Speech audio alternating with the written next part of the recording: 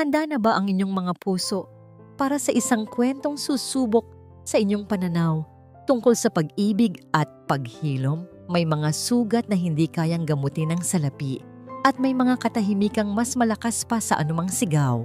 Sabi nila, ang lunas na matagal mo nang hinahanap ay madalas nasa lugar na hindi mo inaasahan.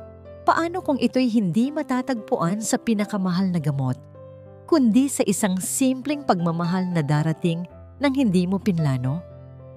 Halina't pakinggan natin ang kwento ng pag-ibig, pag-asa, at isang pamilyang muling bubuuin mula sa abo ng nakaraan. Ang katahimikan sa loob ng Villa Amihan ay may sariling bigat. Hindi ito ang payapang katahimikan na nagbibigay ng kapayapaan, kundi isang katahimikang nakabibingi, isang malamig na kumot na bumabalot sa bawat sulok ng mansyon. Mula sa kanyang malawak na opisina, tanaw ni Luntian Ian Del Mar ang perpektong hardin sa labas. Ngunit ang mga mata niya ay nakapako sa isang maliit na screen ng monitor sa kanyang mesa. Doon, sa loob ng isang silid na puno ng pinakamahal at pinaka-edukasyonal na mga laruan, nakaupo ang kanyang 5 taong gulang na anak.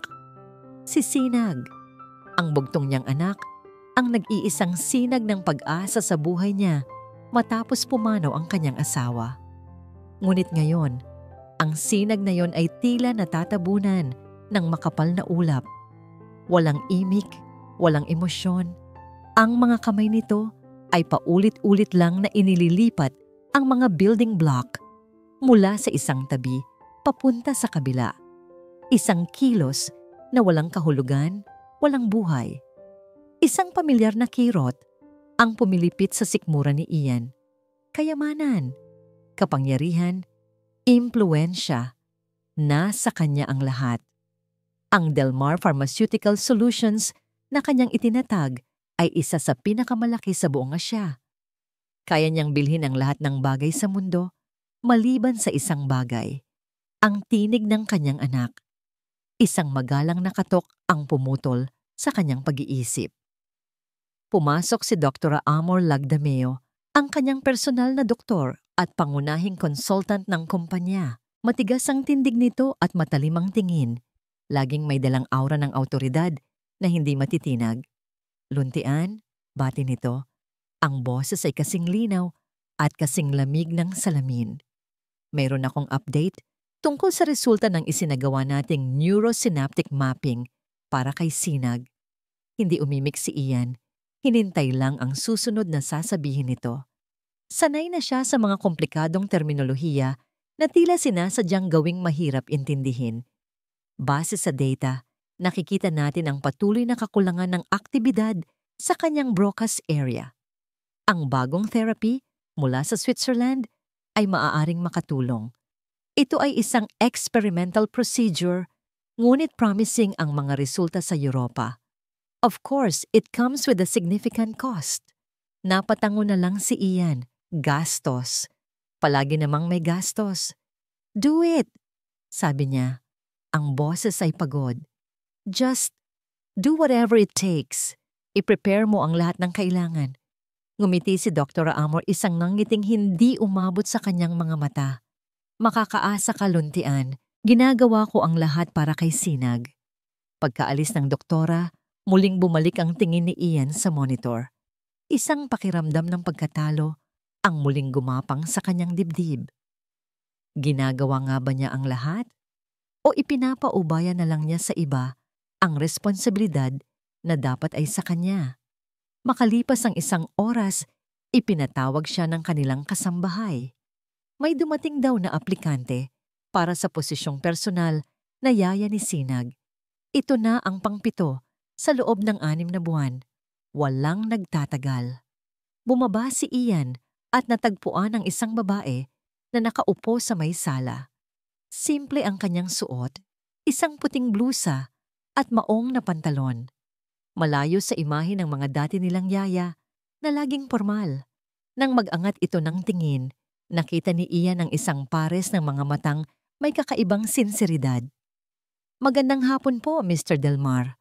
Ako po si Hiraya Evangelista. Mayroong lambot sa boses nito na tila isang balsamo sa magulong mundo ni Ian. Tinanguan lang niya ito at sinimulan ang mga karaniwang tanong. Habang nagsasalita si Hiraya, hindi mapigilan ni Ian na mapansin ang paraan ng pagtingin nito sa paligid. Hindi sa mga mamahaling palamuti o sa laki ng bahay, kundi sa mga litrato ng kanyang pamilya na nakadisplay sa isang estante. Doon, tumigil ang mga mata nito sa isang litrato ni Sinag noong sanggol pa ito. Ngumingiti ng napakatamis. Isang maliit na ngiti ang sumilay sa labi ni Hiraya. "Tinatanggap ka na," sabi ni Ian, kahit siya ay nagulat sa sariling desisyon. May kung anong nagsasabi sa kanya na iba ang babaeng ito. Nang gabing iyon, bumalik si Ian sa kanyang lungga, ang kanyang opisina. Muli, ang mga mata niya ay nasa monitor. Ganoon pa rin si Sinag, nakaupo sa sahig, nilalaro ang parehong mga blok. Napabuntong hininga si Ian, handa nang isara ang monitor at harapin ang isa na namang gabing walang tulog. Ngunit bigla, may narinig siyang isang bagay na iba, isang himig. Mula sa audio feed ng camera, isang mahinang tunog ang kanyang narinig. Isang pamilyar na oyayi, isang awit na matagal na niyang hindi naririnig. Ang boses ay malambing at puno ng pag-aalaga. Iyon ang boses ni Hiraya. Tila hindi nito alam na bukas ang intercom system. Pinanood ni Ian ang screen ng may pananabik na hindi niya naramdaman sa loob ng isang taon. At doon, nakita niya ito. Huminto ang mga kamay ni Sinag sa paggalaw. Dahan-dahan, itinaas ng bata ang kanyang ulo. Ang mga mata nito, na laging nakatingin sa kawalan, ay tila naghahanap ng pinanggagalingan ng tunog. May kakaibang kislap sa mga ito. Isang kislap ng kuryosidad, ng pagkilala. Halos mapigil ni Ian ang kanyang paghinga. Idinikit niya ang kanyang mukha sa screen na para bang sa paglapit niya ay mas makikita niya ng malinaw ang milagrong nagaganap. Hindi na gumagalaw ang mga kamay ni Sinag. Ang buong atensyon niya ay nakatuon sa himig na nagmumula sa kung saan. Dahan-dahan, bahagya pa itong tumagilid, tila sinusundan ng alon ng musika sa hangin. Isang taon ng mga mamahaling therapy, ng mga sikat na espesyalista, ng mga gamot na walang epekto. Isang taon ng panunood sa kanyang anak na unti-unting nagiging isang manikang walang buhay. Ngunit sa loob lamang ng ilang oras, isang simpleng oyayi mula sa isang bagong yaya ang nagawa, ang hindi nagawa ng lahat ng kanyang pera. Ang awit ay dahan-dahang humina at tuluyang natapos. Sa monitor, nakita ni Ian na nanatiling nakatingala si Sinag ng ilang segundo pa, bago dahan-dahang ibinalik ang tingin sa mga laruan sa kanyang harapan.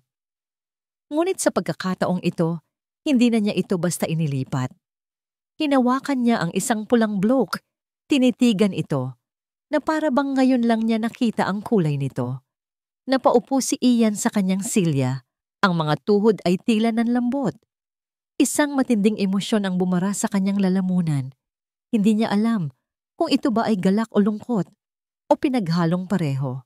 Galak dahil sa wakas, pagkatapos ng napakatagal na panahon, nakita niyang muli ang isang kislap ng dati niyang anak. At lungkot dahil sa realisasyon na sa gitna ng lahat ng kanyang yaman at kapangyarihan, ang lunas na kanyang hinahanap ay maaaring isang bagay na napakasimple na hindi niya kayang bilhin. Nakatitig lang si Ian sa screen. Ang puso niya ay sabay na kinukurot at pinapagaan. Sa isang iglap, bumalik ang lahat ng sakit at pagod mula sa nakalipas na taon. Ang walang katapusang pagbisita sa mga ospital, ang mga pag-uusap na puno ng jargon na hindi niya maintindihan, ang mga gabing nakatitig lang siya sa kanyang natutulog na anak at nagdarasal para sa isang himala. Ngunit sa pagkakataong ito, ang mabigat na alaalang iyon ay may kasama ng isang maliit, nagniningning na butil ng pag-asa. Isang bagay na halos nakalimutan na niya kung ano ang pakiramdam. Ginalaw niya ang mouse at mabilis na ni-rewind ang recording ng security camera. Pinanood niya ulit at ulit. Bawat segundo, ang paghinto ni Sinag, ang bahagyang pag-angat ng ulo nito, ang kislap sa mga mata. Hindi siya nagkamali. Hindi ito produkto ng kanyang pagod na imahinasyon. Totoo ang lahat. Isang oyayi, isang simpleng awit na nagmula sa isang babaeng kararating lang sa kanilang bahay. Ito ang nagbigay ng reaksyon sa kanyang anak. Hindi ang neurosynaptic mapping, hindi ang therapy mula sa Switzerland, hindi ang libo-libong pisong halagang ang gamot na iniinom nito araw-araw. Isang malamig na tanong ang biglang gumuhit sa isip ni Ian. Isang tanong na natatakot siyang sagutin. Posible kayang ang landas na tinatahak niya, ang landas na idinikta ng siyensya at ng salapi, ay mali? Tumayo si Ian mula sa kanyang silya. Ang mga mata ay hindi maalis sa screen kung saan muling naging estatwa ang kanyang anak. Ngunit ngayon, may pagkakaiba na. Ngayon, alam niyang sa ilalim ng katahimikang yon ay may nakikinig. Isang kaluluwang naghihintay na muling gisingin. Isang maliit na apoy ang biglang nag-alab sa kanyang dibdib. Isang apoy ng determinasyon. Napatingin siya sa direksyon ng pasilyo kung saan naroon ang silid ng bagong yaya. Sa unang pagkakataon sa loob ng maraming buwan, isang malinaw na tanong ang nabuo sa kanyang isipan. Hindi bilang isang bilyonaryong CEO, kundi bilang isang ama na kumakapit sa patalim. Ano ang gagawin niya sa biglaang sinag ng pag-asang ito? At paano niya ito poprotektahan mula sa kadilimang matagal nang bumabalot sa kanila? Nagsimula ang unang buong araw ni Hiraya sa Villa Amihan bago pa man sumikat ang araw. Dala niya sa kanyang puso ang alaala ng reaksyon ni Sinag sa kanyang oyayi kagabi, isang sikretong nagbigay sa kanya ng kakaibang lakas at pag-asa. Ngunit sa pagpasok niya sa kusina, isang malamig na presensya ang sumalubong sa kanya. Mas malamig pa sa marmol na sahig na kanyang tinatapakan. Nakatayo roon si Dr. Amor Lagdamio. May hawak na isang folder. Ang doktora ay laging maaga. Isang anino na tila hindi natutulog. Miss Evangelista, sabi nito, ang boses ay walang anumang bahid ng init. Bago mo simulan ang iyong mga tungkulin, nais kong linawin ang mga patakaran.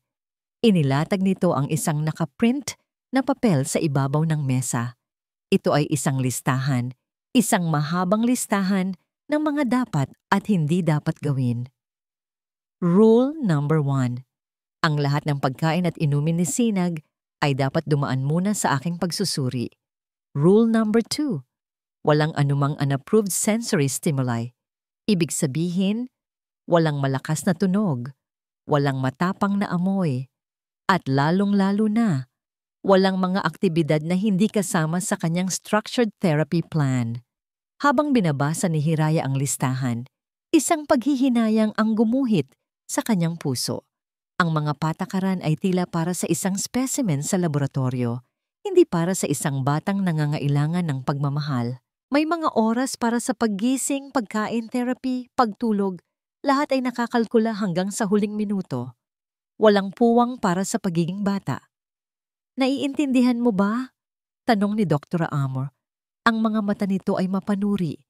Tila binabasa ang bawat sulok ng kanyang isipan. Opo, Dodra, sagot ni Hiraya. Pinipilit na maging magalang. Ngunit sa loob-loob niya, isang maliit na rebelyon ang nagsisimulang umusbong. Sa araw na yon, sinunod ni Hiraya ang lahat ng nasa listahan. Ngunit habang pinagmamasdan niya si Sinag na walang emosyong gumagalaw sa kanyang silid, lalo niyang nararamdaman na mali ang lahat ng ito. Ang kailangan ng bata ay hindi ang istriktong rehimen, kundi ang maramdaman na siya ay ligtas at minamahal. Kinahapunan, habang nasa labas si Dr. Amor para sa isang meeting, hindi na napigilan ni Hiraya ang sarili. Pumitas siya ng isang bulaklak ng gumamela mula sa hardin, isang matingkad na pulang bulaklak na puno ng buhay. Tahimik siyang pumasok sa silid ni Sinag, nakaupo ang bata sa sahig, nakatingin sa bintana. Dahan-dahang inilapit ni Hiraya ang bulaklak. Sa una, hindi ito pinansin ni Sinag. Ngunit nanatili si Hiraya. Hawak ang bulaklak sa isang lugar kung saan abot tanaw ito ng bata. Ilang sandali pa, napansin ni Hiraya ang bahagyang paggalaw sa mga mata ni Sinag. Dahan-dahan, lumingon ito. Nakita nito ang bulaklak. Tumitig ito roon. Ang mga mata ay tila sinusuri ang bawat hibla ng talulot. Pagkatapos, sa isang kilos na nagpabilis ng tibok ng puso ni Hiraya, dahan-dahan itong itinaas ang kanyang maliit na kamay at marahang hinawakan ang malambot na talulot ng gumamela. Isang maliit, halos hindi maririnig na buntong hininga ang kumawala sa mga labi ng bata. Sa sandaling iyon, alam ni Hiraya na tama ang kanyang kutob. May isang batang lalaki na nakakulong sa loob ng katahimikang iyon. Isang batang sabik na maramdaman muli ang mundo. Kinagabihan, habang naghahanda siya ng hapunan, narinig niya ang pag-uusap ni Mr. Delmar at ng doktora mula sa sala. Nagtago siya sa isang sulok, hindi para makinig sa usapan, kundi para iwasan ang presensya ng doktora na laging nagpapabigat sa kanyang pakiramdam. "We have to be aggressive with the treatment, Luntian," narinig niyang sabi ng doktora. "Hindi tayo pwedeng umasa sa mga simpleng pamamaraan." "Pero may nakita akong pagbabago kagabi." "Amor," sagot ni Ian. Ang boses ay may bahid ng pag-aalinlangan. He reacted to her song. Isang maikling mapanghamak na tawa ang narinig ni Hiraya mula sa doktora. Coincidence, Luntian. Isang random neurological response. Ang kailangan natin ay consistent scientific intervention. Hindi mga oyayi. We must not give false hope. Naramdaman ni Hiraya ang paninikip ng kanyang dibdib. False hope? Ang kislap sa mga mata ni Sinag ay hindi kasinungalingan. Sa gitna ng kanilang pag-uusap, biglang may binanggit si Mr. Delmar na nagpatigil sa mundo ni Hiraya. "I trust your judgment, Dr. Amor Lagdameo. You've been with this family for years."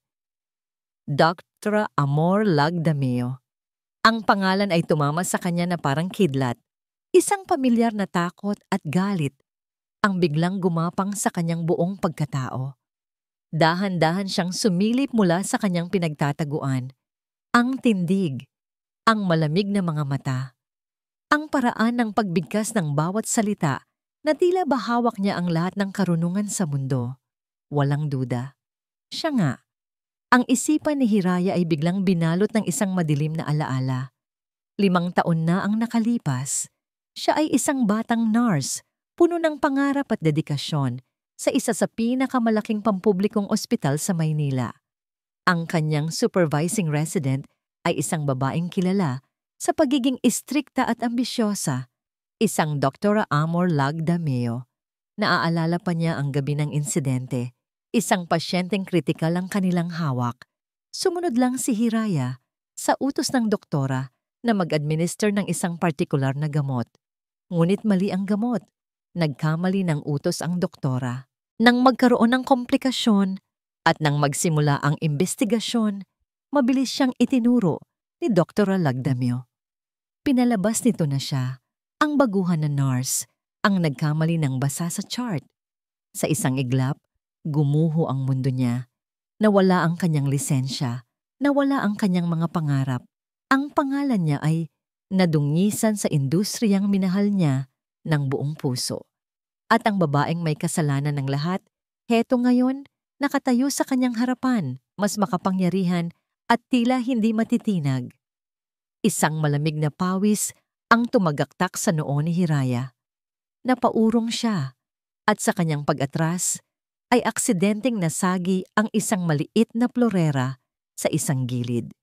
Gumawa ito ng mahinang ingay. Biglang tumahimik ang pag-uusap sa sala. "Sino yan?" tanong ni Dr. Amor. Ang boses ay matalas. Alam ni Hiraya na kailangan niyang lumabas. Nanginginig ang mga tuhod, dahan-dahan siyang naglakad pabalik sa kusina. Nakita niya ang 2 pares ng matang nakatingin sa kanya. Ang kay Mr. Delmar ay nagtataka.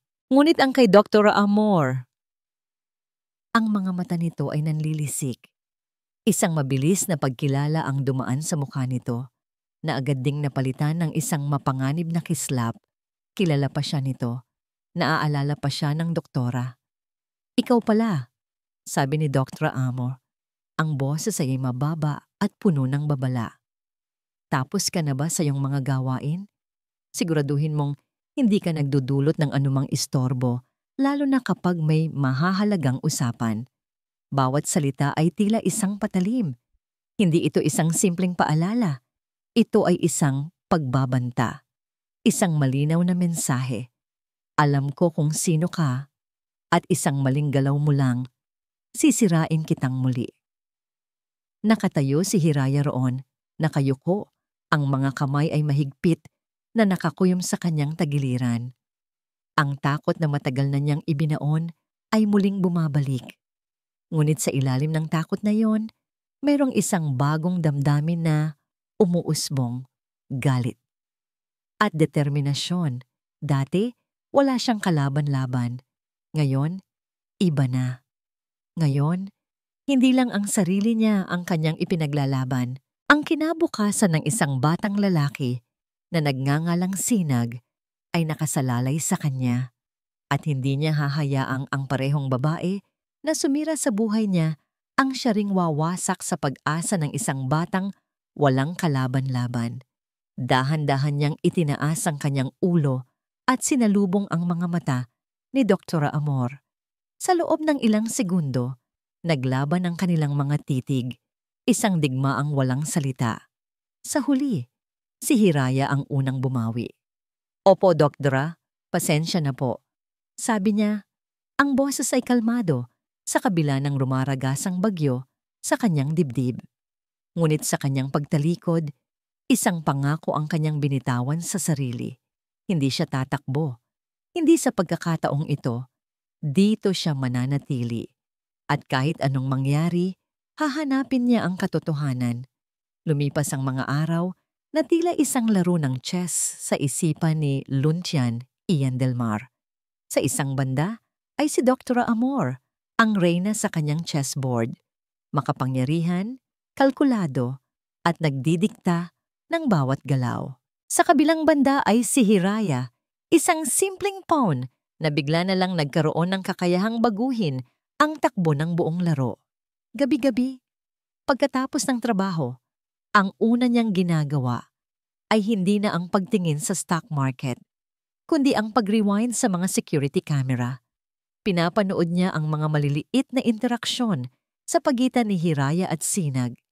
Nakita niya kung paano nito kinakausap ang bata na para bang naiintindihan siya nito. Nakita niya kung paano nito inilalagay ang kamay ni Sinag sa lupa upang maramdaman ang damo, o kung paano nito itinuturo ang mga ibon sa himpapawid, mga simpleng bagay na hindi kailanman naisip ng mga therapist na gawin. At sa bawat pagkakataon, may nakikita siyang maliliit na pagbabago kay Sinag. Ang bahagyang pag-angat ng sulok ng labi nito, ang mas matagal na pagtitig, ang paggalaw ng kamay na tila may gustong abutin. Hindi ito maikakaila. Ngunit sa tuwing ipinapakita niya ang kanyang obserbasyon kay Dr. Amor, ang sagot nito ay laging pareho. Inconclusive, sasabihin nito habang tinitingnan ang mga report sa kanyang tablet. These are negligible flickers of neural activity. Luntian. Huwag tayong magpadala sa emosyon. Stick to the data. Stick to the science. Isang umaga, pumasok si Dr. Amor sa kanyang opisina na may dalang bagong pag-asa. O yun ang sabi niya, may bagong device na inaprubahan sa Germany. Isang transcranial magnetic stimulation device na partikular na idinisenyo para sa mga kasong tulad ng kay Sinag. Paliwanag nito, habang ipinapakita ang isang makintab na brochure. It promises groundbreaking results. Tiningnan ni Ian ang presyo. Isa na namang halaga na kayang bumili ng isang bahay at lupa. Napabuntong hininga siya. Ilang groundbreaking results na ba ang kanyang narinig? Ilang milyon na ba ang kanyang nasunog para sa mga pangakong laging napapako? Sa sandaling iyon, isang mahinang katok ang narinig nila sa pinto. Pumasok si Hiraya. "Sir," sabi nito, Ang boses ay magalang ngunit may diin. Maari ko po ba kayong makausap saglit? Tungkol po kay Sinag. Tumaas ang kilay ni Dr. Amor. Miss Evangelista, kung meron kang anumang report, sa akin mo dapat idaan. Ngunit umiling si Hiraya at sa unang pagkakataon, nakita ni Ian ang isang kislap ng tapang sa mga mata nito. Tumingin ito ng diretso sa kanya. Sir Lontian, sa inyo ko po gustong sabihin ito. Isang bagay sa kanyang determinasyon ang pumukaw kay Ian. Sige, sabi niya. Ikinagulat maging ni Dr. Amor. Pakinggan natin siya. Huminga ng malalim si Hiraya. Sir, sa nakikita ko po, hindi po makina o gamot ang unang kailangan ni Sinag. Bawat salita niya ay maingat na pinili. Ang kailangan po niya ay maramdaman na bahagi siya ng mundo, na ligtas siya, na may nakikinig sa kanya kahit hindi siya nagsasalita. At ano ang iyong mungkahi, Miss Evangelista? Tanong ni Dr. Amor, ang boses ay puno ng pangungutya. Isang sesyon ng pagkanta? Hindi pinansin ni Hiraya ang doktora. Ang mga mata niya ay nanatiling nakatuon kay Ian. Bigyan niyo po ako ng 1 linggo, sir. Pakiusap niya. 1 linggo lang po. Walang gamot. Walang makina. Oras at pasensya lang po ang gagamitin ko. Hayaan niyo po akong ilabas siya sa hardin. Hayaan niyo po akong subukan ng mga bagay na makakapaggising sa kanyang mga pandama. Kung pagkatapos po ng 1 linggo ay wala kayong nakitang pagbabago, tatanggapin ko po na mali ako. Katahimikan, tinitimbang ni Ian ang kanyang mga pagpipilian. Sa kanyang kaliwa ay ang siyensya, ang data, ang milyon-milyong pisong halaga ng teknolohiya. Sa kanyang kanan ay ang isang simpleng pakiusap na nakabatay sa isang bagay na matagal na niyang kinalimutan, ang kutob at ang puso. Sa kaibuturan ng kanyang pagkatao, sa gitna ng kanyang desperasyon bilang isang ama, isang boses ang bumulong. Subukan mo. Ano pa ba ang mawawala sa'yo? Sige, sabi ni Ian. Ang desisyon ay pinal. Nakita niya ang pagkagulat sa mukha ni Dr. Amor at isang kislap ng pasasalamat sa mga mata ni Hiraya. 1 linggo. Pero sa oras na makita kong nalalagay sa alanganin ng anak ko, tapos ang usapan. Kinahapunan, mula sa bintana ng kanyang opisina, pinanood ni Ian ang simula ng eksperimento. Inilabas ni Hiraya si Sinag sa hardin. Wala itong ginawang espesyal. Naupo lang sila sa damuhan. Ngunit maya-maya, kumuha si Hiraya ng isang pandilig at nagsimulang magdilig ng mga halaman. Ibinigay niya ang pandilig kay Sinag. Walang reaksyon ng bata. Hinawakan ni Hiraya ang mga kamay ni Sinag at dahan-dahang isinama sa paghawak sa pandilig. Magkasama nilang diniligan ang mga rosas. Pinanood ni Ian ang bawat galaw. Ang puso niya ay kabado. Pagkatapos, isang bagay ang nangyari. Habang nagdidilig, sinadyang itapat ni Hiraya ang daloy ng tubig sa mga paa ni Sinag. Ang malamig na tubig ay tumalsik sa balat ng bata.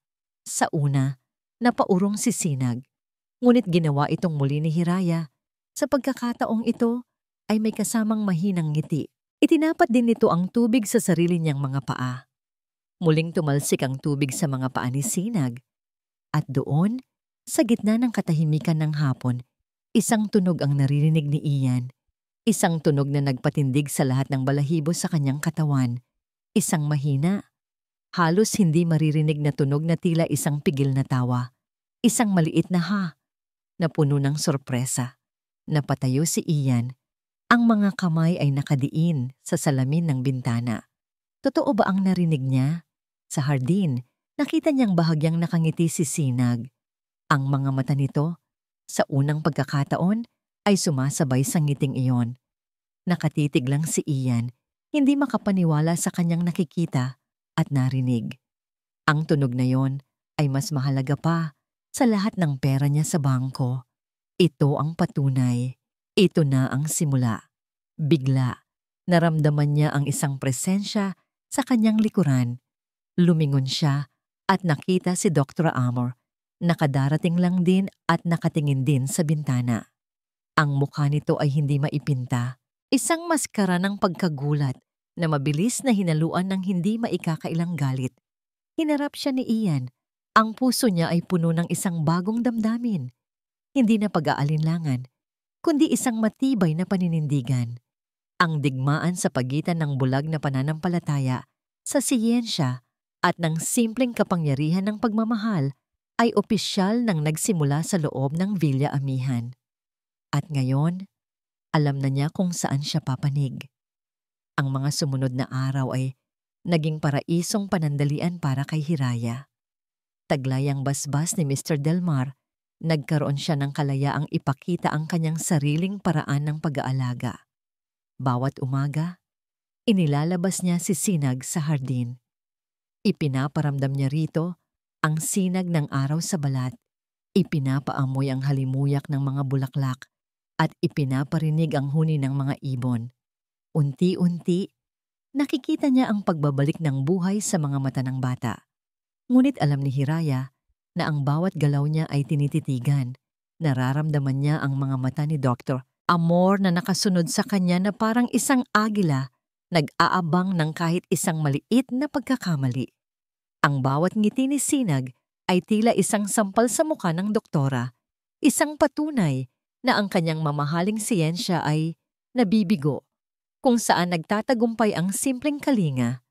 Isang umaga, habang naghahanda si Hiraya ng merienda para kay Sinag, pumasok si Dr. Amor sa silid ng bata para sa kanyang daily routine check-up. Miss Evangelista, maaari mo bang iwan mo na kami? Utos ng doktora, ang boses ay matigas. Kailangan kong suriin ang vital signs ng bata nang walang anumang distraction. Tumango si Hiraya at lumabas. Ngunit isang kakaibang kaba ang gumapang sa kanyang dibdib.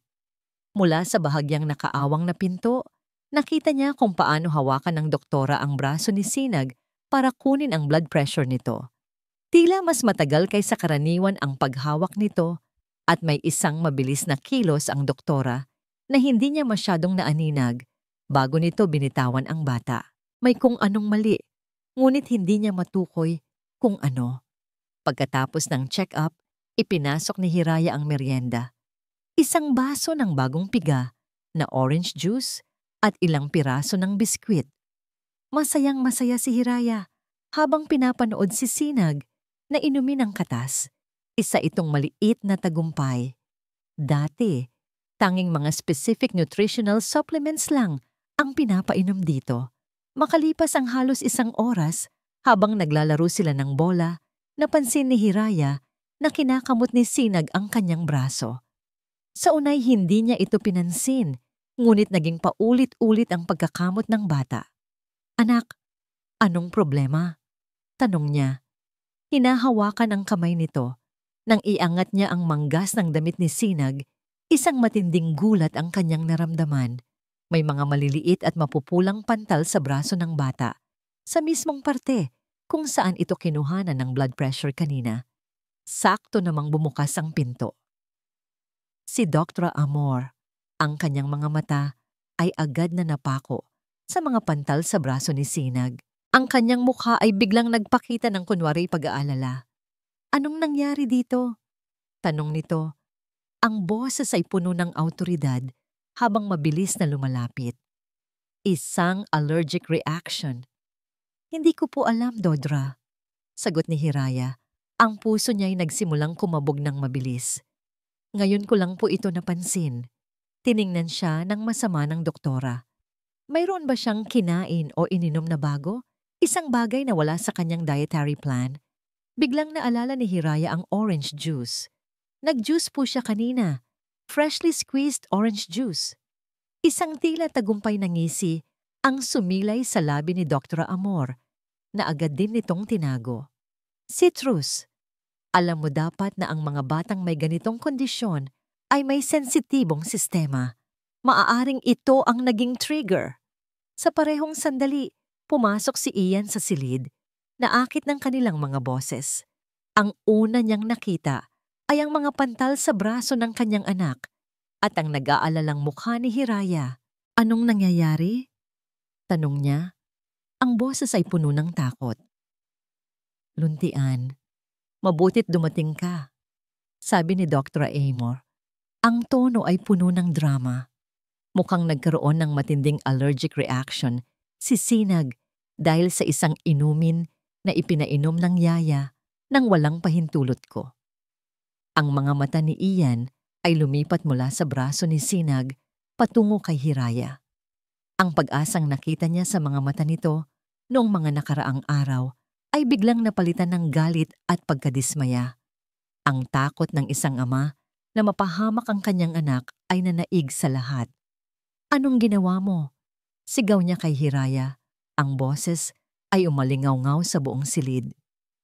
Sinabi ko sa'yong isang maling galaw lang at tapos ang usapan. Pinagkatiwalaan kita. Napatulala si Hiraya. Ang mga salita ay tumusok sa kanyang puso na parang mga punyal. Sir, juice lang po yun. Hindi po. Huwag mo nang ipaliwanag. Putol ni Ian. Ang mukha niya ay namumula sa galit. Mula ngayon, bawal kang lumapit sa anak ko nang walang pahintulot ni Dr. Amor. Naiintindihan mo ba? Baka mapatay mo ang anak ko sa iyong kapabayaan. Ang huling mga salita ay tila isang malakas na sampal. Sa isang iglap, bumalik ang lahat ng sakit mula sa nakaraan. Muli, siya ang pinagbibintangan. Muli, siya ang sinisisi para sa isang bagay na hindi niya ginawa. At ang nasa likod ng lahat ng ito ay ang parehong babae. Hindi na siya sumagot. Tumango lang siya. Ang mga luha ay nagbabadyang tumulo mula sa kanyang mga mata. Mabilis siyang tumalikod at lumabas ng silid. Hindi na makayanan ang bigat ng mga akusasyon. Ngunit habang naglalakad siya sa pasilyo, ang sakit ay dahan-dahang napalitan ng galit. Hindi ito kapabayaan. Isa itong patibong. Alam niya sa kaibuturan ng kanyang puso na si Dr. Amor ang may gawa nito.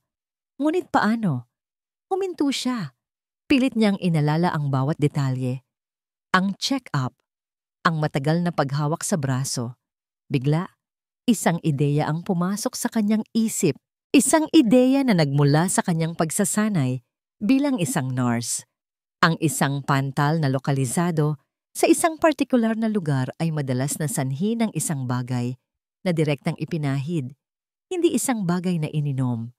Isang plano ang nabuo sa kanyang isipan. Kailangan niya ng ebidensya. Kinagabihan, nang ang lahat ay natutulog na, tahimik siyang naglakad papunta sa maliit na silid medical kung saan nag-iimbak si Dr. Amor ng mga gamit. Nanginginig ang kanyang mga kamay habang binubuksan ang basurahan. Naghalungkat siya sa mga itinapong bulak, gauze at mga walang lamang kahon ng gamot. At doon, sa ilalim ng lahat, nakita niya ito. Isang maliit na tubo ng cream. Halos wala ng laman. Walang pangalan ng brand, tanging isang maliit na label na may nakasulat na code. Tiningnan niya ang listahan ng mga aprobadong gamot para kay Sinag na nakapaskil sa pader. Wala ito roon. Hawak niya sa kanyang kamay ang isang bagay na hindi dapat naroroon. Isang bagay na itinago. Ito na ba ang sandata na ginamit ni Dr. Amor laban sa kanya? Ang gabing iyon ay hindi mapakali para kay Dr. Amor Lagdamio. Mula sa kanyang silid sa Villa Amihan na ibinigay sa kanya para sa round-the-clock monitoring kay Sinag, nakatayo siya sa harap ng bintana. Hawak ang isang kopita ng mamahaling alak. Ang panalo niya kanina laban kay Hiraya ay dapat nagbigay sa kanya ng kasiyahan, ngunit sa halip, isang anino ng pagkabalisa ang bumabagabag sa kanya, ang yaya. Mayroon siyang hindi gusto sa mga mata nito. Isang kislap ng pagtutol, isang tapang na hindi niya nakita, 5 taon na ang nakalipas. Ang pagtatagpong ito ay hindi bahagi ng kanyang perpektong plano. Napatingin siya sa labas, sa kadiliman ng gabi na bumabalot sa malawak na hardin. Ngunit hindi ang hardin ang kanyang nakikita, kundi ang mga anino ng nakaraan. Ang setting ay ang sala ng Villa Amihan, ngunit mas masaya at puno ng buhay. Si Selena, ang maganda at masiglang asawa ni Ian, ay nakaupo sa sofa, tumatawa habang kausap si Dr. Amor. Salamat talaga sa mga bagong vitamins na ito, Amor. Sabi ni Selena, ang boses ay puno ng sigla. Pakiramdam ko mas lumalakas ako araw-araw. Ngumiti si Dr. Amor, isang nangiting puno ng pagkukunwari. Siyempre, it's a special formulation from our R&D. Isang cutting-edge supplement na tinitiyak kong magpapabuti sa kalusugan mo. Ang special formulation na yon ay ang Proj74, isang experimental drug na may malaking potensyal para sa cellular regeneration. Isa itong proyektong personal niyang pinangangasiwaan sa Delmar Pharma. Ang mga unang resulta ay kahanga-hanga at kung mapapatunayan itong epektibo, ito ang magiging susi niya sa mas mataas na posisyon, marahil kahit sa pag-agaw sa kontrol ng buong kumpanya. Ngunit hindi pa ito aprobado. May mga panganib. At sino pa ba ang mas perpektong ginipig kundi ang asawa mismo ng may-ari, isang taong may buong tiwala sa kanya? Inom ka na, sabi ni Dr. Amor, iniaabot ang isang kapsula. Para sa iyong kalusugan. Masayang kinuha ni Selena ang gamot at ininom ito. Sa isang sulok ng silid, naglalaro ang 4 na taong gulang na si Sinag. Nakatingin ito sa kanila, isang inosenteng saksi sa lahat. Bigla, umubo si Selena. Sa unay mahina lang, ngunit unti-unti itong lumakas. Parang nahihirapan akong huminga. Sabi niya, ang mga kamay ay napahawak sa kanyang lalamunan. Napatayo si Dr. Amor. Ang puso niya ay biglang kumabog. Hindi ito dapat mangyari. Anaphylactic shock. Isang matinding allergic reaction. Mama? Tanong ni Sinag. Ang boses ay puno ng takot. Nagsimulang mangisay si Selena, ang mga matay nanlalaki. Sa halip na tumawag ng ambulansya, isang malamig at kalkuladong desisyon ang nabuo sa isip ni Dr. Amor. Walang dapat makaalam. Walang dapat mag-ugnay sa kanya sa pangyayaring ito. Mabilis niyang kinuha ang bote ng vitamins mula sa mesa at itinago ito sa kanyang bag. Pagkatapos, kinuha niya ang telepono at nagkunwaring tumatawag ng tulong, ngunit huli na ang lahat. Sa sahig, sa harap ng kanyang umiiyak na anak, nalagutan ng hininga si Selena Delmar. Ang nakita lang ni Sinag ay ang kanyang ina na nahihirapan, ang takot sa mga mata nito, at ang imahe ni Dr. Amor na nagmamadaling itago ang isang maliit na bote bago ito tuluyang bumagsak. Ang trauma na yon ang nagkandado sa kanyang isipan, ang nagpatahimik sa kanyang boses. Humigop ng alak si Dr. Amor. Pilit iwinawaksi ang alaala. Ang opisyal na sanhi ng pagkamatay, a sudden and severe asthma attack. Walang naghinala. At si Sinag, ang nag-iisang saksi, ay naging isang bilanggo sa sarili niyang isipan. Isang perpektong sitwasyon. Ang pagkatahimik ng bata ay naging kanyang insurance policy. At ang pagpapanggap niyang ginagamot ito ay naging kanyang kasangkapan para unti-unting ubusin ang yaman ni Ian at para palakasin ang kanyang impluensya sa kumpanya. Nagpaplano siya ng isang corporate takeover kapag si Ian ay bangkarote na at wala na sa tamang pag-iisip. Dahil sa kalagayan ng anak, siya ang papasok. Siya ang sasagip sa Delmar Pharma. Siya ang magiging reyna. Ngunit dumating si Hiraya, isang maliit na bato sa kanyang perpektong daan. Napatingin siya sa kanyang mesa kung saan nakalagay ang mga financial report ng Delmar Pharma. Malapit na. Konting panahon na lang at magiging kanya na ang lahat ng pinangarap niya. Hindi niya hahayaang isang hamak na yaya ang sumira sa lahat. Kailangan niya itong mapaalis at kailangan niyang tiyakin na mananatiling tahimik si Sinag. Magpakailanman kung kinakailangan. Hawak-hawak ang maliit na tubo ng cream. Bumalik si Hiraya sa kanyang silid. Ang puso niya ay kumakabog, hindi sa takot, kundi sa galit. Kailangan niyang malaman kung ano ito. Ngunit paano? Binuksan niya ang kanyang lumang baul. Mula sa ilalim ng kanyang mga damit, kinuha niya ang isang bagay na matagal na niyang hindi tinitingnan. Isang maliit na kahon na naglalaman ng kanyang mga gamit noong nurse pa siya. Ang kanyang ID, ang kanyang stethoscope, at isang maliit na notebook na puno ng mga contact number. Hinanap niya ang isang pangalan, Ate Beth, isang senior nurse na naging kaibigan niya, isa sa iilang naniwala sa kanyang inosensya noon. Nag-aalangan man, kinuha niya ang kanyang telepono. Gabi na, ngunit kailangan niyang sumubok. Sa kabilang dako, sa Villa Amihan, isang maliit na kahon ng musika ang nahulog mula sa isang estante sa silid ni Sinag. Nagising si Hiraya sa kalabog at pumasok para tingnan. Sa sahig, bukod sa kahon, ay may isang maliit na kwaderno na tila nalaglag mula sa loob nito. Pinulot niya ito. Ito ay isang maliit na journal. Ang sulat kamay ay pambabae at elegante. Ito ang journal ng yumaong asawa ni Ian. Binuklat niya ang mga pahina.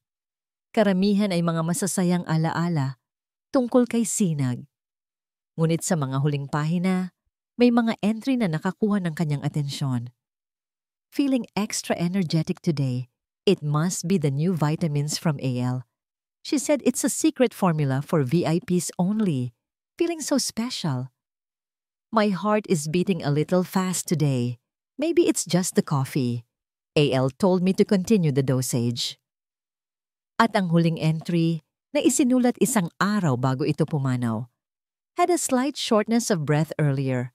Sinag got scared. I should probably tell AL tomorrow. She knows best. AL Amor Lagdameo. Isang matinding lamig ang gumapang sa buong katawan ni Hiraya. Tiningnan niya ang hawak niyang tubo ng cream. Pagkatapos ay ang journal. Biglang nag-ugnay ang lahat ng piraso sa kanyang isipan. Ang pagkamatay ni Mrs. Delmar. Ang biglaang pagkatahimik ni Sinag. Ang desperadong pagtatakip ni Dr. Amor. Hindi na ito tungkol sa isang maling diagnosis. Hindi na ito tungkol sa paninira sa kanyang pangalan. Isang malamig at nakakakilabot na katotohanan ang bumalot sa kanya.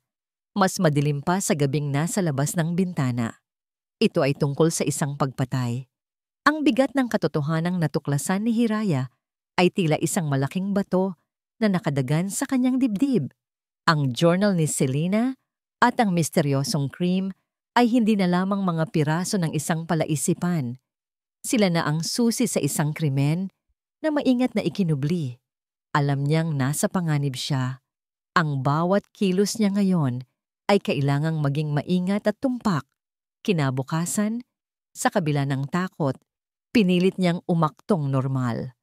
Ngunit ang bawat pagdaan ni Dr. Amor ay nagdudulot ng malamig na kaba sa kanyang sistema.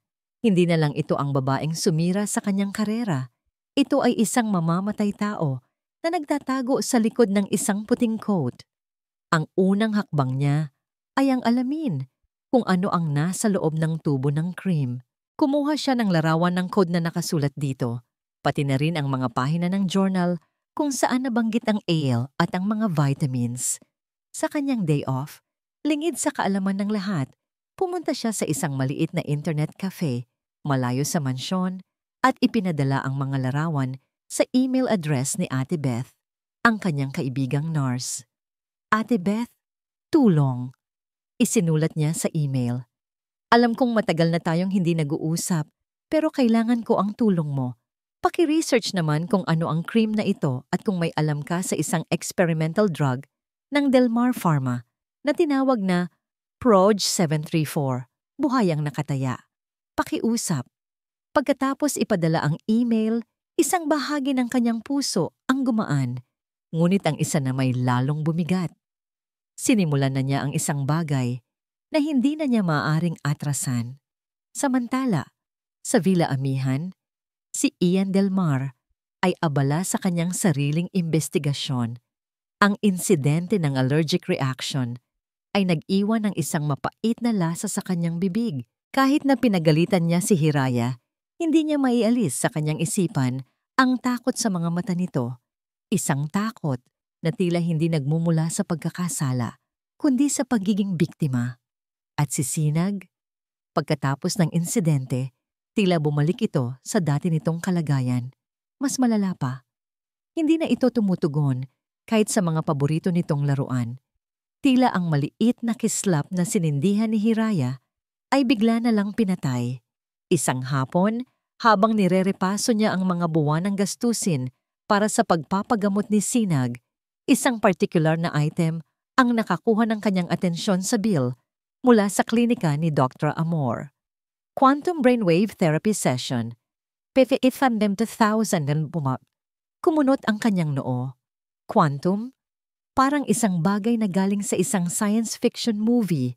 Tinawagan niya ang kanyang personal na accountant. Henry, paki-verify naman itong charge na tumula kay Dr. Lagdamio. It seems unusual. Pagkalipas ng isang oras tumawag pabalik si Henry. Ang boses ay nag-aalangan. Sir, I checked. The machine exists, but it's primarily used for experimental aesthetic treatments. Tulad ng pagtanggal ng wrinkles, walang conclusive study na nag-uugnay dito sa autism o anumang psychological condition. Parang isang malamig na tubig ang ibinuhos kay Ian. Wrinkles? Nagbabayad siya ng halos 1,000,000 para sa isang bagay na pampatanggal ng kulubot? Hinarap niya si Dr. Amor ng gabing iyon. Amor, can you explain this quantum brainwave therapy? Hindi na tinagang doktora. It's a cutting-edge approach, Luntian.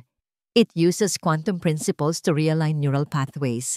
The science is complex, but I assure you, it's for Sinag's benefit. Ang kanyang paliwanag ay malinaw, kumpiyansa, at puno ng mga salitang mahirap intindihin, ang karaniwan niyang taktika. Ngunit sa pagkakataong ito, hindi na ito tumalab kay Ian. Ang tiwala niya, na dati isang matibay na pader, ay nagsisimula nang magkaroon ng mga bitak. Sa kabilang dako, sa silid ni Sinag, sinusubukan ni Hiraya na muling kunin ang loob ng bata. Dahil sa utos ni Ian, hindi na niya ito maaaring ilabas, kaya't naupo na lang siya sa isang sulok. Tahimik na pinagmamasdan ng bata. Kumuha siya ng isang papel at lapis at nagsimulang gumuhit. Isang simpleng bahay, isang puno at isang araw. Napansin ni Sinag ang kanyang ginagawa. Dahan-dahan, lumapit ito, hindi nagsalita. Tumabi lang ito at pinanood ang kanyang pagguhit.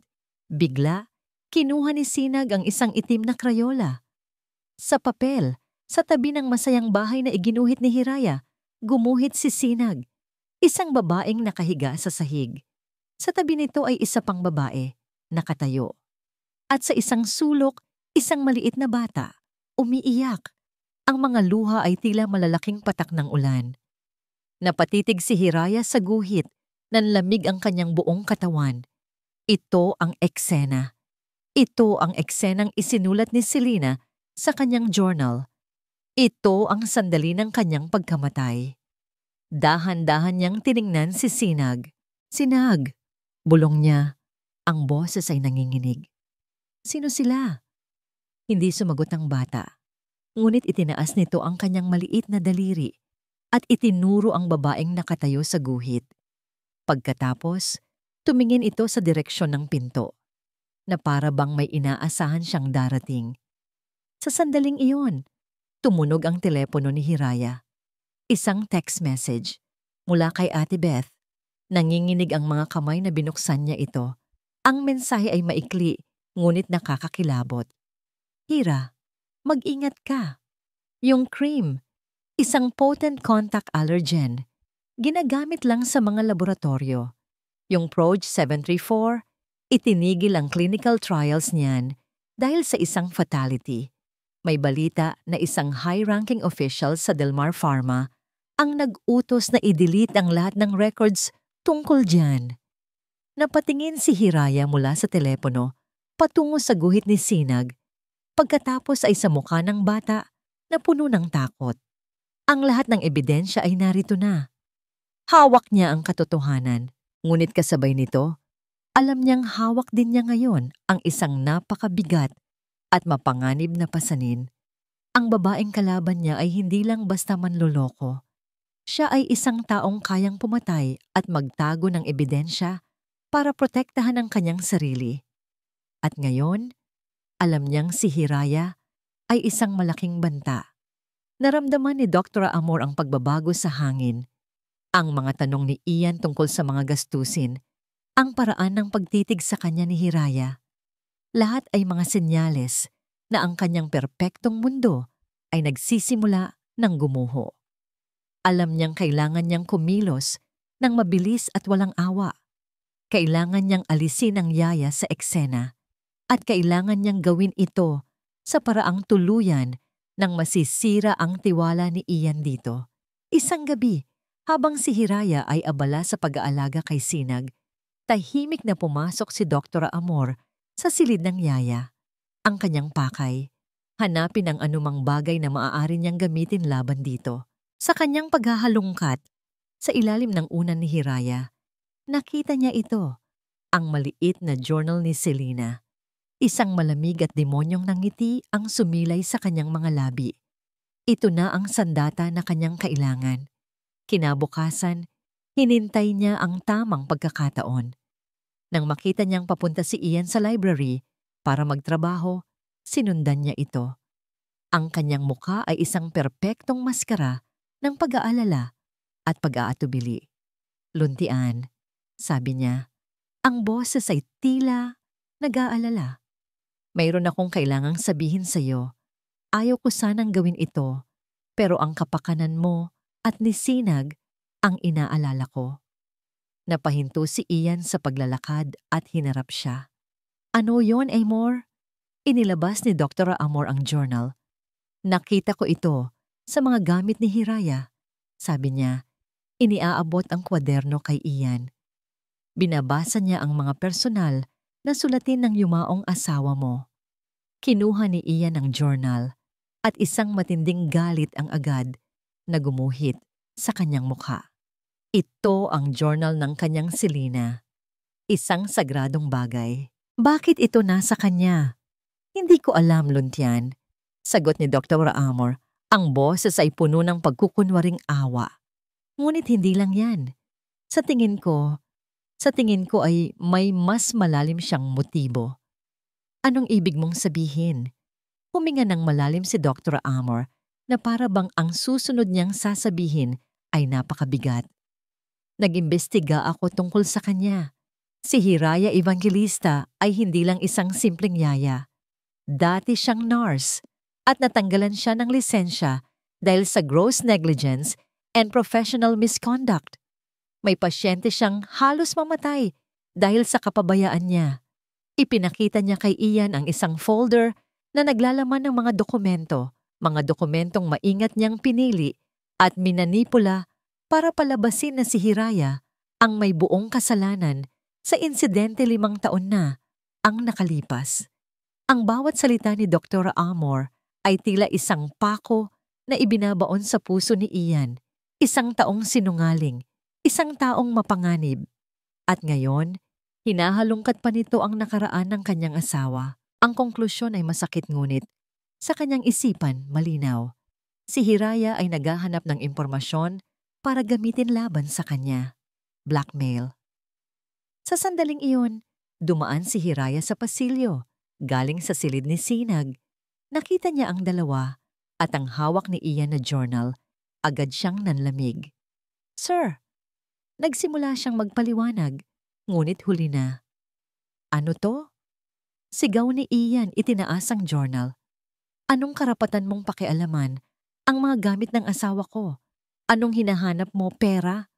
Isang sikreto na pwede mong gamitin laban sa akin? Hindi po, sir.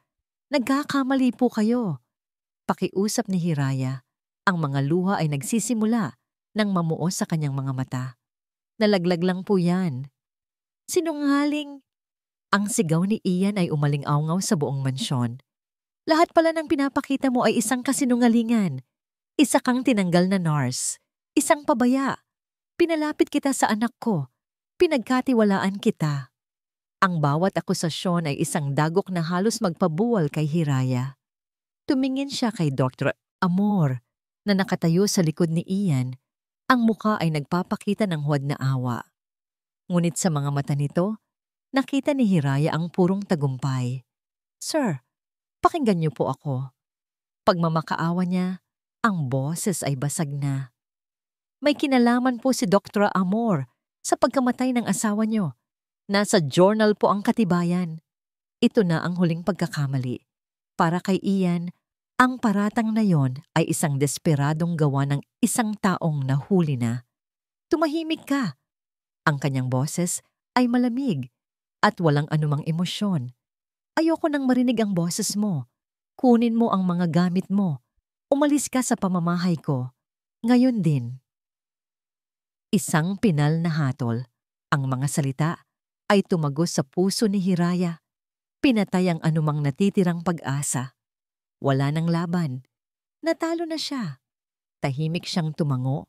Ang mga luha ay malayang dumadaloy sa kanyang mga pisngi. Tumalikod siya at naglakad papunta sa kanyang silid. Ang bawat hakbang ay mas mabigat kaysa sa nauna. Sa kanyang pag-alis, hindi niya nakita ang isang maliit na mukha na nakasilip mula sa nakaawang na pinto ng silid ni Sinag. Habang inililigpit niya ang kanyang mga gamit sa ilalim ng malakas na buhos ng ulan sa labas, ang tanging nararamdaman niya ay isang matinding kabiguan. Nabigo siyang protektahan ang sarili niya. At ang pinakamasakit sa lahat, nabigo siyang protektahan si Sinag. Dala ang kanyang maliit na bag, naglakad siya palabas ng mansyon. Hindi siya lumingon. Bawat sandali sa lugar na yon ay isang paalala ng kanyang pagkatalo. Sumakay siya sa isang taxi na naghihintay sa labas ng gate. Sa loob ng bahay nakatayo si Sinag sa may bintana ng kanyang silid. Ang mga maliliit na kamay ay nakadiin sa malamig na salamin. Pinanood niya ang papalayong ilaw ng taxi na sinasakyan ni Hiraya. Ang tanging taong nakaintindi sa kanyang katahimikan. Ang tanging taong nagbigay sa kanya ng sinag ng pag-asa. Isang matinding emosyon ang biglang sumabog mula sa kaibuturan ng kanyang pagkatao. Isang emosyon na matagal nang nakakulong. Takot, lungkot, galit, pag-iisa. Ibinuka niya ang kanyang bibig. At sa unang pagkakataon, sa loob ng mahigit isang taon, isang salita ang kumawala mula sa kanyang mga labi. Isang salita na puno ng sakit at desperasyon. Isang salita na narinig ni Ian mula sa kanyang kinatatayuan sa pasilyo. Isang malinaw at malakas na sigaw. "Gamot!" Ang salitang yon ay tumama kay Ian na parang isang malakas na kulog. Gamot! Hindi ito isang ungol o isang walang kahulugang tunog. Ito ay isang salita. Malinaw, matigas, at puno ng pighati. Napatakbo si Ian papunta sa silid ni Sinag. Naabutan niya ang kanyang anak na nakatayo sa tabi ng bintana. Umiiyak habang paulit-ulit na binabanggit ang salitang iyon. "Gamot! Gamot! Sinag! Anak!" Lumuhod si Ian sa harap nito. Hinawakan ang mga balikat. "Nagsasalita ka." Ngunit ang mga mata ni Sinag ay hindi nakatingin sa kanya. Nakapako ito sa labas, sa daan kung saan nawala ang taxi ni Hiraya. Dumating si Dr. Amor. Ang mukha ay nagpapakita ng pagkagulat. "Anong nangyayari?" "He's talking," sabi ni Ian. Ang boses ay nanginginig sa pinaghalong gulat at pag-asa. "Amor! Nagsasalita siya!" Isa itong vocal outburst. Mabilis na sabi ni Dr. Amor, sinusubukang bawiin ang kontrol sa sitwasyon. Isang sintomas ng matinding emotional distress. Ang pag-alis ng yaya ay maaring naging trigger. Kailangan natin siyang bigyan ng pampakalma. Kinuha niya ang kanyang medical kit at naghanda ng isang hiringgilya. Ngunit sa paglapit niya kay Sinag, isang bagay na hindi inaasahan ang nangyari. "Hindi!" Sigaw ni Sinag. At sa unang pagkakataon, lumingon ito at tumingin ng diretso kay Dr. Amor. Ang mga mata nito ay pununo ng takot at pagkasuklam. "Ayoko! Masamang gamot!" Itinulak niya ang kamay ng doktora palayo. Napatigil ang lahat. Ang mga salitang yon, "masamang gamot." ay tila isang susi na nagbukas ng isang nakakandadong pinto sa isipan ni Ian. Bigla niyang naalala ang mga huling salita ni Hiraya bago niya ito pinalayas. May kinalaman po si Dr. Amor sa pagkamatay ng asawa niyo. Nasa journal po ang katibayan. Gamot. Masamang gamot. Ang mga salita ng kanyang anak at ang akusasyon ng yaya ay biglang nag-ugnay. Isang nakakakilabot na koneksyon ang nabuo. Hayaan mo na siya, Amor, sabi ni Ian. Ang boses ay biglang naging malamig at matigas. Hinila niya palayo ang doktora mula kay Sinag. Hayaan mo muna siya. Magdamag. Hindi natulog si Ian. Ang sigaw ng kanyang anak ay paulit-ulit na umalingaw-ngaw sa kanyang isipan. Umupo siya sa kanyang opisina at sa unang pagkakataon, hindi niya tiningnan ang mga ulat ng kumpanya, kundi ang journal ni Selena. Binasa niya ito mula sa simula hanggang sa dulo. Binasa niya ang tungkol sa mga vitamins mula kay Elle. Binasa niya ang tungkol sa mabilis na pagtibok ng puso ng kanyang asawa at sa biglaang hirap sa paghinga. Pagkatapos ay tiningnan niya ang petsa ng huling entry. Isang araw bago ito mamatay. Isang matinding pagdududa na mas malakas pa sa anumang naramdaman niya noon ang bumalot sa kanya. Mali. Mayroong napakalaking mali. At siya, sa kanyang pagkabulag sa tiwala at pag-asa, ay hindi ito nakita. Nagmadali siyang bumaba. Kailangan niyang mahanap si Hiraya. Ngunit saan? Wala siyang numero nito. Wala siyang alam na address. Bigla niyang naalala ang isang bagay. Ang pangalan ng coffee shop na minsan niyang narinig na binanggit ng mga kasambahay. Isang lugar kung saan daw madalas pumunta si Hiraya tuwing day off nito. Kapihan Diwa. Walang pag-aalinlangan, kinuha niya ang susi ng kanyang sasakyan at umalis. Iniwan si Dr. Amor na naguguluhan sa mansyon. Habang nagmamaneho siya sa ilalim ng ulan, ang lahat ng piraso ng palaisipan ay unti-unting nabubuo sa kanyang isipan. Ang pagmamanipula ni Dr. Amor, ang mga mamahaling walang kwentang therapy, ang biglaang allergic reaction ni Sinag, at ang desperadong pagtatangka nitong sirain si Hiraya. Lahat ay nagtuturo sa isang konklusyon. Nagtatago ng isang napakalaking sikreto si Dr. Amor. At si Hiraya ang nakaalam nito. Sa Kapihan Diwa, isang maliit at tahimik na lugar, natagpuan niya si Hiraya. Nakaupo ito sa isang sulok, nakatingin sa labas ng bintana. Ang mukha ay basang-basa sa luha. Dahan-dahan siyang lumapit. Nang makita siya nito, isang pinaghalong gulat at sakit ang gumuhit sa mukha nito. Tumayo ito, na para bang handa ng tumakbo. Hiraya, sandali, sabi ni Ian. Ang boses ay puno ng pagsusumamo. Pakiusap. Ano pa po ang kailangan niyo, sir? Tanong nito. Ang boses ay malamig. Hindi pa po ba sapat na pinalayas niyo na ako? I'm sorry, sabi ni Ian, at ang mga salitang yon ay lumabas ng may buong katapatan. Nagkamali ako. Isang napakalaking pagkakamali. Ikinuwento niya ang nangyari. Ang pagsigaw ni Sinag. Ang mga salitang masamang gamot. Nakinig si Hiraya at unti-unti, ang galit sa kanyang mga mata ay napalitan ng pag-aalala para sa bata. Mayroon akong kailangang ipakita sa'yo, sabi niya. Inilabas ang kanyang telepono. Ipinakita niya kay Ian ang larawan ng journal, ang larawan ng tubo ng cream, at ang text message mula sa kanyang kaibigang nurse. Project 74, basa ni Ian, at ang dugo sa kanyang katawan ay tila nagyelo. Alam niya ang proyektong iyon. Isa iyon sa mga pinaka-controversial na research ng kanilang kumpanya. Personal niya itong ipinatigil matapos mabalitaan ang tungkol sa isang fatality sa maagang yugto ng pag-aaral. Ngunit wala siyang ideya na, ang asawa ko, bulong niya, hindi makapaniwala. Siya po ang naging biktima, sir, sabi ni Hiraya. Ang boses ay puno ng katiyakan at si Sinag ang saksi, kaya siya natahimik.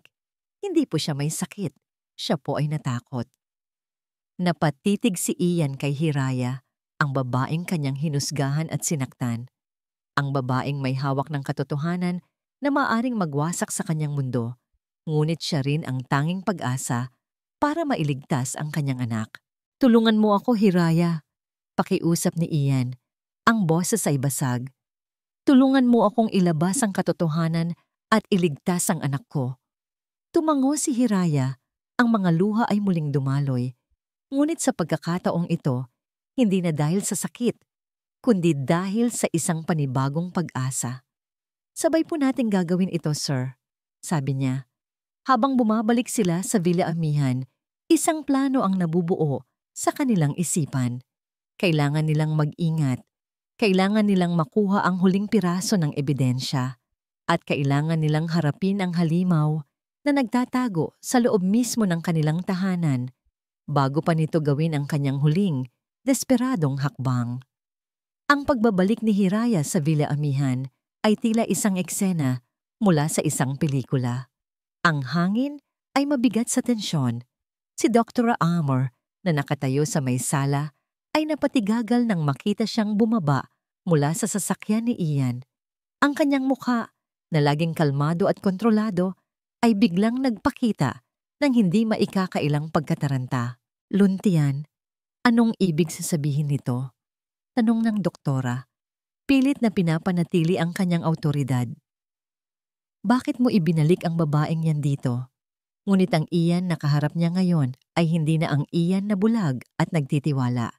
Ang mga mata nito ay malamig at matalim na parang yelo. May kailangan tayong pag-usapan, Amor, sabi ni Ian. Ang boses ay kalmado, ngunit may nakatagong panganib. Lahat tayong tatlo.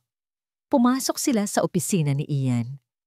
Ang silid na dati simbolo ng kanyang kapangyarihan ay ngayon ay magiging isang korte, kung saan ang hustisya ay matagal nang ipinagkait.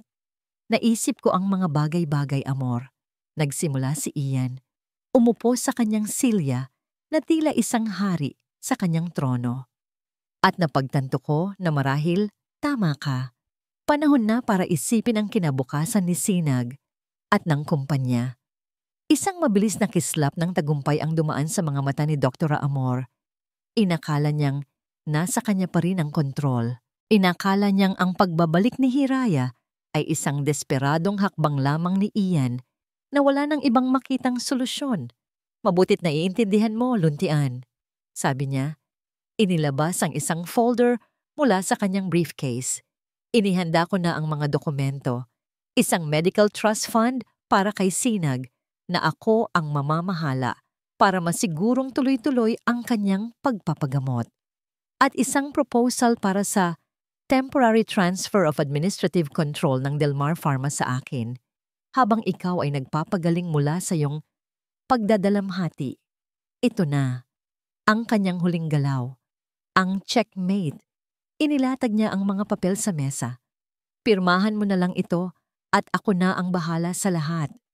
Tiningnan ni Ian ang mga papel. Pagkatapos ay tumingin siya kay Hiraya, na tahimik na nakatayo sa isang sulok. Isang tango. Iyon ang hudyat. Bago ako pumirma, sabi ni Ian, kinuha ang ballpen. May isang tanong lang ako sa iyo, Amor. Proj 734, pamilyar ka ba dyan? Ang pangalan ng proyekto ay tumama kay Doktra. Amor na parang isang sampal. Nanigas siya, ang kulay ay unti-unting nawala sa kanyang mukha. Isa yang luma at itinigil na proyekto. Wala na itong kaugnayan sa kasalukuyan. Sigurado ka? Tanong ni Ian. Ang boses ay nagsimula ng magtaas. Dahil ayon sa journal ng asawa ko, mayroon siyang iniinom na special vitamins mula sa isang AL bago siya mamatay. Isang malaking kalokohan. Sigaw ni Dr. Amor. Ang kanyang pagkakalmado ay tuluyan ng nawala. Gawa-gawa lang niya ng babaeng yan para sirain ako. Itinuro niya si Hiraya. Isang desperadong babae na may madilim na nakaraan. Ang nakaraan ko ay ikaw ang gumawa. Sa wakas ay nagsalita si Hiraya. Ang boses ay nanginginig ngunit puno ng tapang. At ang ginawa mo sa akin ay siya ring ginawa mo kay Gang Delmar. Pareho mo kaming sinira para pagtakpan ang iyong mga kasalanan. Wala kang pruweba, hamon ni Dr. Amor. Sigurado ka? Muling tanong ni Ian. Sa pagkakataong ito, kinuha niya ang kanyang telepono at pinindot ang isang numero. Sa tingin ko, oras na para pakinggan natin ang huling testigo. Biglang bumukas ang pinto ng opisina. Pumasok ang isa sa mga kasambahay, akay-akay si Sinag. Nang makita ng bata si Hiraya, isang kislap ng saya ang makikita sa mga mata nito. Tumakbo ito palapit at niyakap ang yaya. Hira, bulong nito. Pagkatapos, lumingon si Sinag. Ang kanyang mga mata ay napako kay Dr. Amor, na ngayon ay namumutla na sa takot. Ang saya sa kanyang muka ay biglang napalitan ng alaala ng isang madilim na araw. Ikaw, bulong ng bata. Lahat ng mata ay nakatuon kay Sinag. Ang hangin sa silid ay halos hindi na mahinga. Dahan-dahan, itinaas ni Sinag ang kanyang maliit na daliri at itinuro si Dr. Amor. At sa isang boses na malinaw at puno ng sakit na matagal na niyang kinimkim, sinabi niya ang mga salitang magiging hatol sa doktora. Ikaw, bigay masamang gamot kay mama, sabi ng bata. Ang mga luha ay nagsimulang mamuo sa kanyang mga mata. Masamang gamot? Si mama? Tumba, ayoko na ng gamot. Ang testimonya ng isang inosenteng bata. Ang pinakatotoo at pinakamasakit na ebidensya. Gumuho ang mundo ni Dr. Amor. Wala nang pagtanggi, wala nang pagkukunwari. Ang mga mata ng bata ay tila isang salamin na nagpapakita ng lahat ng kanyang kasamaan. Oo! Sigaw niya, ang boses ay puno ng kabaliwan at galit. Ako nga, kasalanan niya yon. Masyado siyang mahina. At ikaw, lumingon siya kay Ian. Masyado kang bulag. Isang mahinang lalaki na hindi kayang patakbuhin ang sarili niyang kumpanya. Akin dapat ang lahat ng ito. Sa kanyang pagwawala, hindi niya napansin ang dalawang unipormadong lalaki na tahimik na pumasok sa silid. Mga pulis na tinawagan ni Ian bago pa man magsimula ang pag-uusap. Dra, Amor Lagdameo, sumama po kayo sa amin, sabi ng isang pulis. Habang isinusaut sa kanya ang posas, ang huling tiningnan niya ay si Hiraya. Isang tingin na puno ng sukdulan at walang hanggang pagkamuhi. Isinara ang pinto. Natahimik ang silid. Naiwan sa loob si Ian, si Hiraya at si Sinag. Ang bagyo ay tapos na. Lumapit si Ian sa kanyang anak at niyakap ito nang mahigpit. Ang mga luha ng isang ama na puno ng pagsisisi at pasasalamat ay malayang dumaloy. Patawarin mo si Papa, anak. Patawarin mo ako.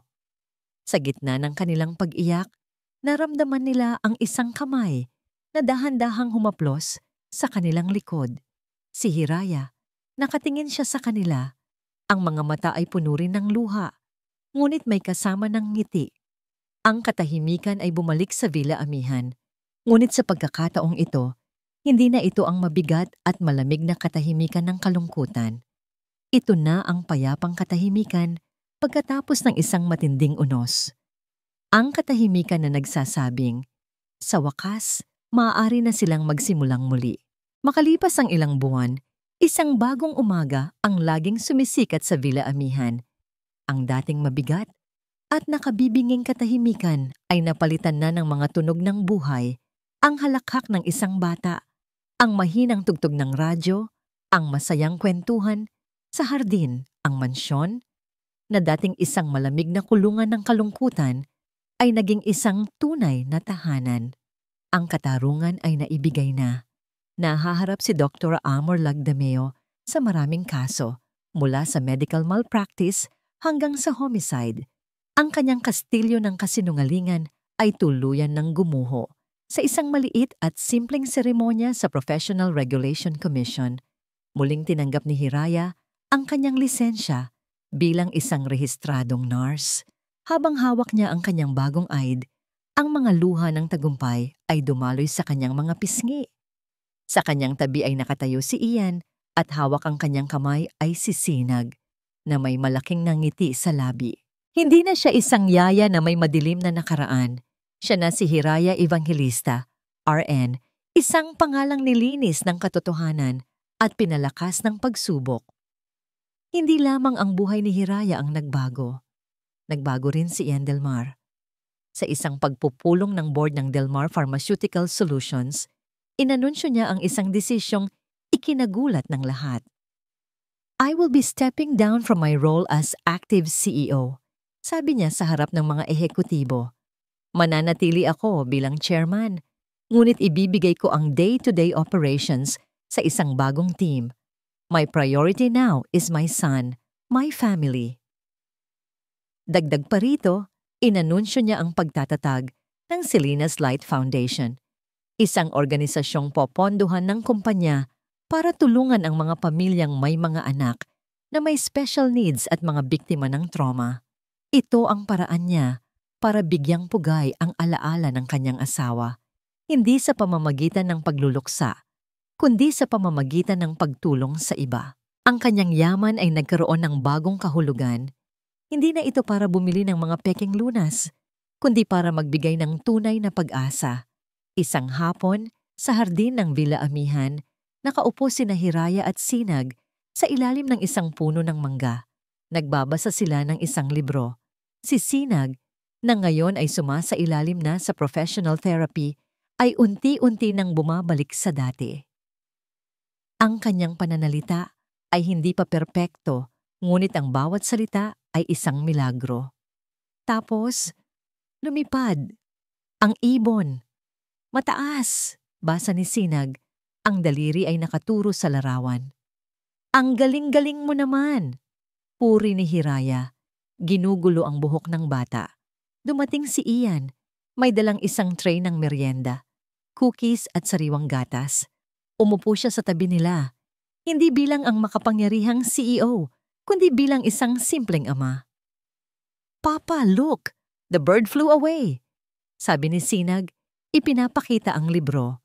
Ngumiti si Ian, isang nangiting abot hanggang sa kanyang mga mata.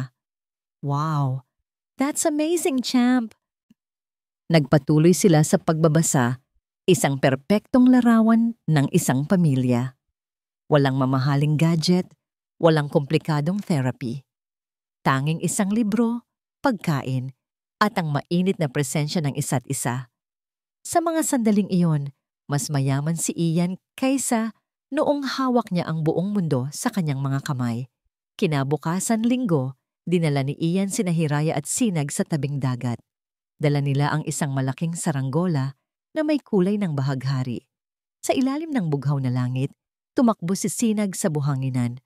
Ang tawa niya ay sinasabayan ng ihip ng hangin. Mas mataas, Papa! Higher! Sigaw niya, habang si Ian ang nagpapalipad ng saranggola. Nakatayo si Hiraya sa di kalayuan, pinapanood sila. Ang puso niya ay puno ng isang kaligayahang hindi niya kailanman naramdaman. Dito, sa tabi ng pamilyang ito, natagpuan niya ang kanyang lugar. Lumapit si Ian sa kanya. Iniwan kay Sinag ang paghawak sa tali ng saranggola. Tumayo sila ng magkatabi. Tahimik na pinapanood ang kanilang anak at ang saranggolang sumasayaw sa langit. Salamat, Hiraya. Bulong ni Ian, ang boses ay puno ng emosyon. Salamat sa pagbabalik ng ilaw sa aming buhay. Tumingin si Hiraya sa kanya at ngumiti. Kayo rin po, sir. Kayo ang nagbigay sa akin ng pagkakataong magsimulang muli. Ian, sabi niya. Call me Ian. Sa sandaling iyon, sa gitna ng dampi ng hangin at ng tunog ng mga alon, dahan-dahang hinawakan ni Ian ang kamay ni Hiraya. Hindi ito isang kilos na puno ng pagnanasa, kundi isang kilos na puno ng pangako, pasasalamat, at isang pag-ibig na dahan-dahang nahubog sa gitna ng unos. Nagkatinginan sila. Walang salitang namutawi, hindi na kailangan. Sa kanilang mga mata, nababasa na ang simula ng isang bagong kabanata. Ang kanilang paglalakbay para sa paghilom ay maaaring tapos na, ngunit ang kanilang paglalakbay sa pag-ibig ay ngayon pa lamang nagsisimula. Sa malayo, ang saranggola ay patuloy na lumilipad. Mas mataas at mas matayog, isang simbolo ng kanilang bagong kalayaan, bagong pag-asa, at isang bagong umaga. At dito nagtatapos ang ating kwento. Isang paalala na ang tunay na paghilom ay hindi nabibili ng pera o natatagpuan sa pinakamodernong siyensya. Ito ay madalas na nakatanim sa simpleng lupa ng pasensya, katotohanan, at pagmamahal na walang hinihintay na kapalit. Ipinakita sa atin ni Ian, Hiraya at Sinag na kahit sa pinakamadilim na unos, ang isang sinag ng pag-asa kapag inalagaan ay maaaring maging isang napakagandang bagong umaga. Maraming salamat po sa inyong walang sawang pagsubaybay sa ating kwento. Sana po ay napulutan ninyo ito ng aral at inspirasyon. Ano po ang pinakagusto ninyong bahagi ng kwento? At anong uri naman ng kwento ang gusto ninyong marinig sa susunod? I-comment nyo lang po sa ibaba at aming babasahin ang lahat. Hindi dito nagtatapos ang ating paglalakbay. Marami pa pong kwentong kasing ganda at mas puno ng aral dito sa aming channel. Kung nagustuhan nyo ang kwentong ito, i-like, i-share sa pamilya at mga kaibigan at mag-subscribe na rin para lagi kayong updated sa mga susunod pa naming kwento. I-click nyo ang notification bell para kayo ang unang makarinig kapag may bago kaming upload. Pagpalain po kayo ng Panginoon, kayo at ang inyong buong pamilya. Hanggang sa muli.